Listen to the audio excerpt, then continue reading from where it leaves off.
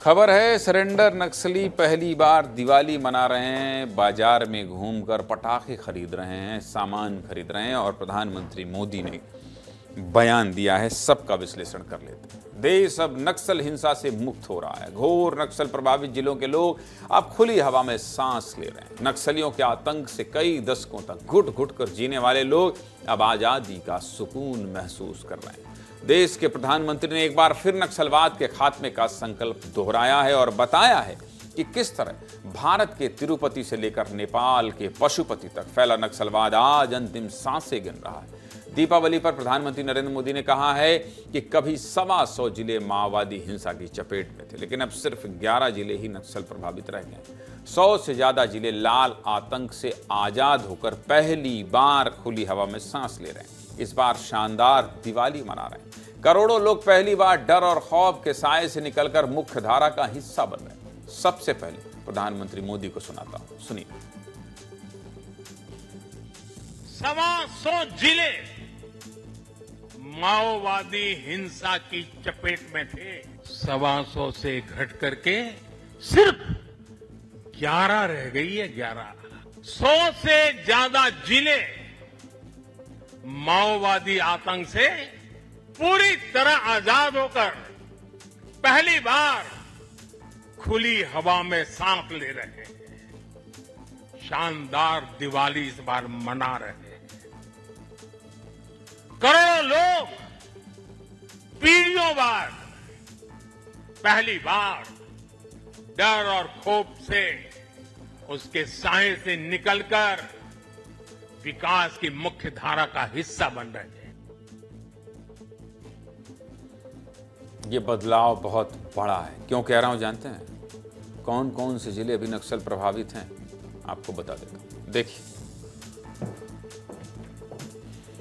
देश के नक्सल प्रभावित जिले पहले कितने थे? 18। अब कितने बचे हैं? 11। नक्सल प्रभावित जिले पहले 18 थे, अब 11 बचे हैं। नेक्स्ट, इसके अलावा कौन सा आंकड़ा मैं आपको बताने वाला हूं। कौन कौन से जिले नक्सल प्रभावित हैं? छत्तीसगढ़ के 7 जिले, बीजापुर, दंतेवाड़ा, गरियाबंद, कांकेर, मोहला मानपुर, नारायणपुर, सुकमा, अभी ये प्रभावित हैं।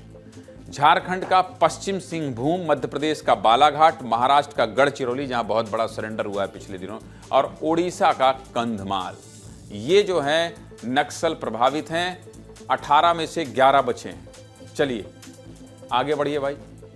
देश के अति संवेदनशील नक्सल प्रभावित जिले हैं। अति संवेदनशील यहां जहां सबसे ज्यादा मेहनत हो रही है। पहले महाराष्ट्र का एक गढ़चिरौली जो अभी भी है, छत्तीसगढ़ के बीजापुर, कांकेर, नारायणपुर, सुकमा, देखिए दंतेवाड़ा का नाम इस लिस्ट से गायब है, और झारखंड में पश्चिम सिंहभूम जिसको मैंने आपको पिछली बार बताया, और अब 3 छत्तीसगढ़ के ही सिर्फ 3 जिले हैं, बीजापुर, नारायणपुर, सुकमा, और तो कुछ नहीं। ये तीनों जिला ये भी नक्सल मुक्त बहुत जल्द हो जाएगा, जिस तरह से तैयारी चल रही है। पिछले 20 महीनों में लाल आतंक के खिलाफ बहुत बड़ी सफलता मिली, जिससे नक्सलवाद का लगातार क्या हो रहा है? दायरा सिमटता जा रहा है। और इस सफलता के पीछे की सबसे बड़ी वजह है जवानों का ऑपरेशन और बड़ी संख्या में नक्सलियों का सरेंडर।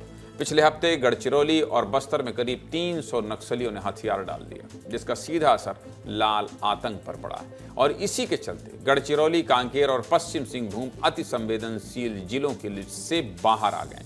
इस सफलता पर क्या कह रहे हैं छत्तीसगढ़ के डिप्टी सीएम विजय शर्मा, सुनिए। नक्सलियों के संदर्भ में भी यह है कि कुछ लोगों ने पलायन किया है छत्तीसगढ़ से बाहर। उसके उपरांत भी संख्या है जो पलायन कर गए हैं, लेकिन छत्तीसगढ़ में जिन्होंने बहुत समय तक अपनी सक्रियता बनाए रखी थी, हम उनको भी छत्तीसगढ़ में काउंट करेंगे। और एक बहुत स्पष्टता के साथ आपसे कहना चाहता हूं, एक बंदूक भी जंगल में है तब तक ये माना जाएगा कि काम अभी अधूरा है। अभी बारिश समाप्त होने के ठीक बाद पूरी ताकत के साथ फिर से ऑपरेशन चलाए जाएंगे, और सरकार लाल कालीन बिछा करके स्वागत करती है सबका। अन्यथा जो जवान हैं, जो आर्म्ड फोर्सेस हैं, वो अपनी कार्यवाही करेंगे। डिप्टी सीएम ने कह दिया है कि बारिश के बाद फिर से जवानों का जोरदार ऑपरेशन शुरू होगा। यह तो बात हो गई लाल आतंक के खिलाफ सफलता। अब बात करते हैं नक्सल प्रभावित इलाकों में हो रहे सबसे बड़े बदलाव की। इन 4 तस्वीरों को देखिए। चारों तस्वीरें बता रही हैं कि किस तरह इस दिवाली नक्सल प्रभावित इलाकों में शांति के दिए जलाए गए हैं। पहली तस्वीर नारायणपुर जिले की है, जहां पहली बार आत्मसमर्पित नक्सलियों ने दिवाली मनाई है और बम बारूद की जगह पटाखे फोड़कर बच्चों को मिठाइयां बांटकर खुशियां मनाई। दूसरी तस्वीर गरियाबंद जिले की, जहां मुख्य धारा में लौटे नक्सलियों ने दिवाली की खरीदारी की। इस दौरान आत्मसमर्पित नक्सली जानसी भी बाजार में खरीदी करती नजर आई, जिस पर कभी 8 लाख का इनाम था। तीसरी तस्वीर बीजापुर जिले की है, जहां आत्मसमर्पित नक्सलियों ने अपने परिवार के साथ नए कपड़े पहनकर और दिए जलाकर सामान्य नागरिकों की तरह दिवाली मनाई है। चौथी तस्वीर सुकमा जिले की है, जहां आत्मसमर्पित महिला नक्सली घर के सामने रंगोली बनाते नजर आई। मुख्यधारा में लौटे नक्सलियों ने किस तरह पहली बार दिवाली मनाई, नागेंद्र नागवंशी की रिपोर्ट आपको दिखाना चाहता हूं, देखिए।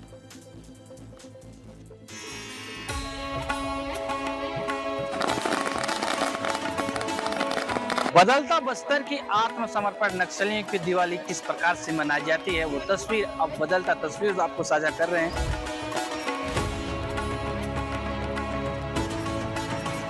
हम लोग पहले पटाखा खरीदते थे, बम बनाते थे, लेकिन अब बम बनाने का अवसर नहीं है। तो हमारे लिए आज मतलब इस साल में पहला दिवाली है सर।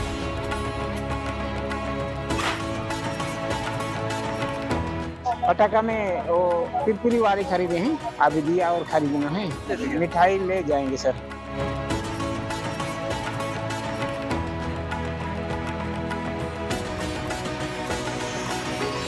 पहले जंगल में रहते थे तो मनाते थे दीपावली। हम लोग जंगल में नहीं मानते थे, हम लोग 28 जुलाई 2 दिसंबर की सितंबर मानते थे। नहीं, इसको यहाँ का दवाई निकाल के हम लोग कुकर में भर के और ईड़ी लगाना है। अब फोड़ोगे कि फिर कुकर बम बनाओगे? नहीं, अभी फोड़ना है। फोड़ना है। हाँ।